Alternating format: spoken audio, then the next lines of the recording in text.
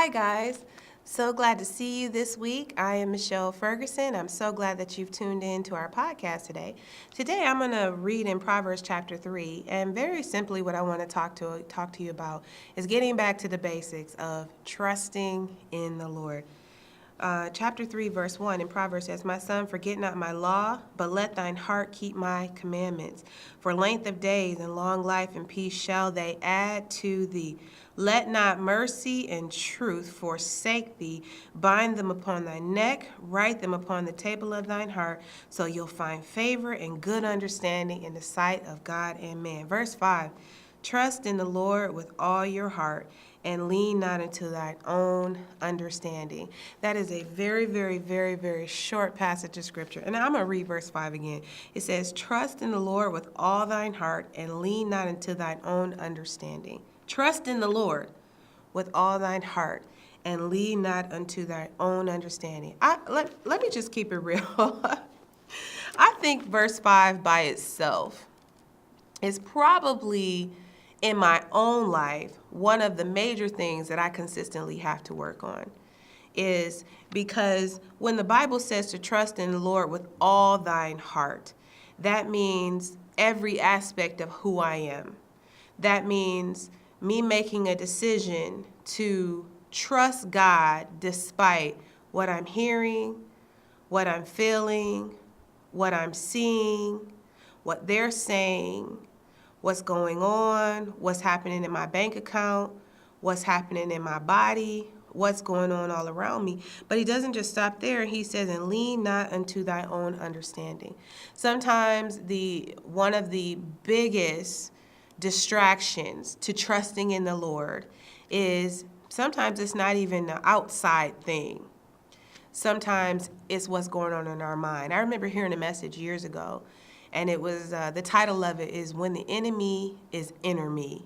And as soon as the preacher got up and said that title, I was like, oh, this message is for me. Because sometimes the things that get us tripped up is our own thinking, where I have this experience and this is how it goes and this is how I feel. And especially now in the age that we live in of social media, everybody's always had an opinion. But now it seems to be on Front Street. Everybody has this platform where they can go from their mind and what they think and how it should be done. And this is why this, and my mother and them did it this way, and I've seen this happen this way. And a lot of people are building their lives on the sand of their own understanding. I'm here to challenge you today to learn to trust in the Lord. And the thing about it is that, number one, it takes a few steps to really get there. But the number one step it takes is you've got to acknowledge that you are not as smart as the Lord.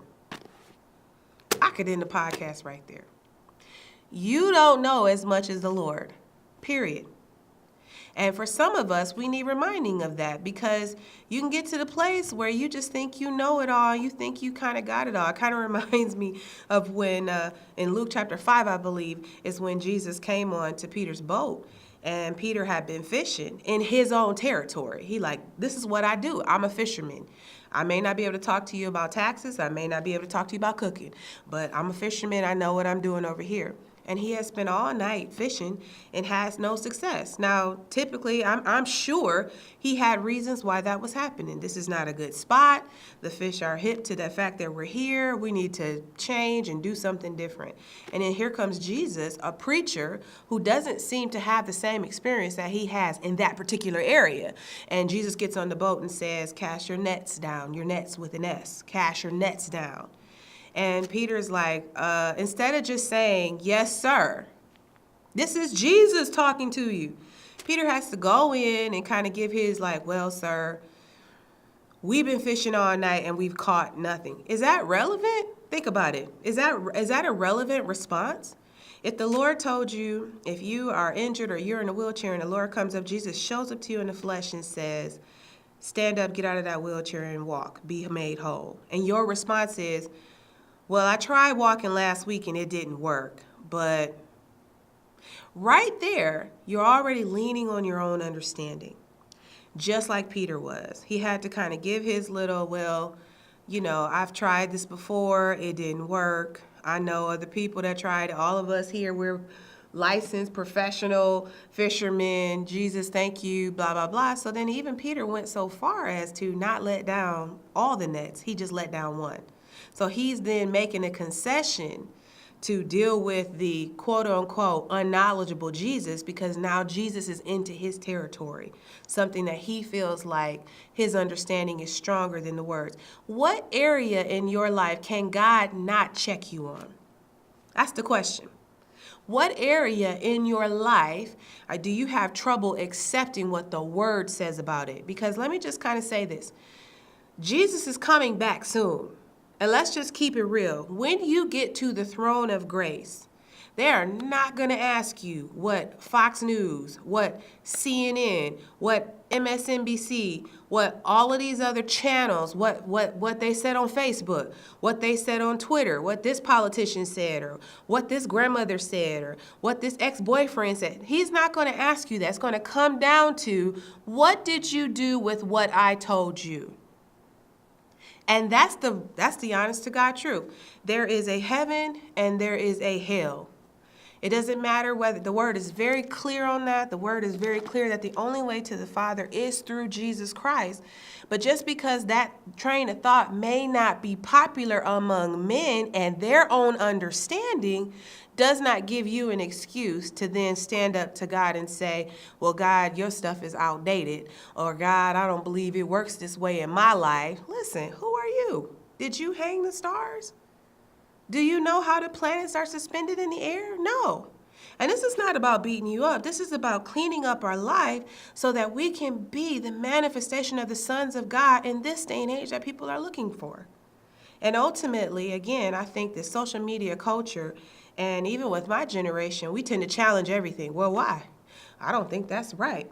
I mean, it doesn't matter what it is, but it gets dangerous when you bring that into the realm of the spirit, where you're living your life on your own understanding, on your own thinking. And when you're living that, you're living in a very dangerous place, because your arms are too short to box with God. Trusting in the Lord is what is necessary for you to live a life of peace. Life in itself can be tumultuous. Life in itself can be very unfair. And oftentimes what tends to happen if you don't have that basic trust in the Lord is that when bad things come your way and bad things happen, it's easy to fall in depression.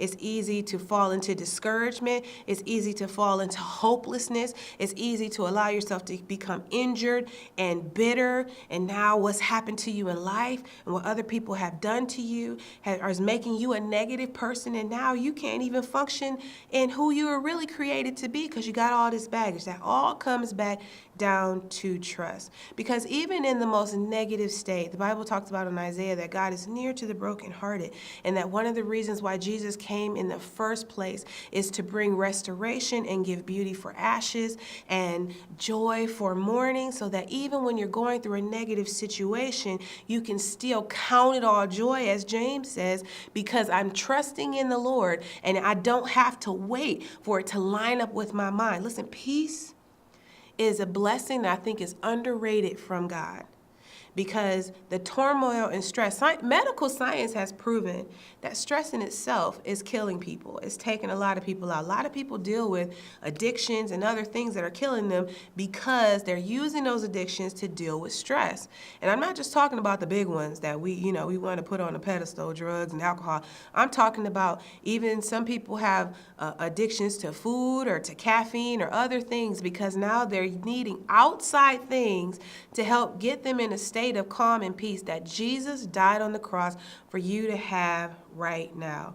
I want to encourage you as I close this podcast so that you understand that there's nothing that you're going to face today, tomorrow, that you faced last week, the year before, that God was not prepared for, that God was not aware of. Listen, the most important thing that could have ever been done for you was that Jesus died on the cross to make you right with God so you can spend eternity with Him.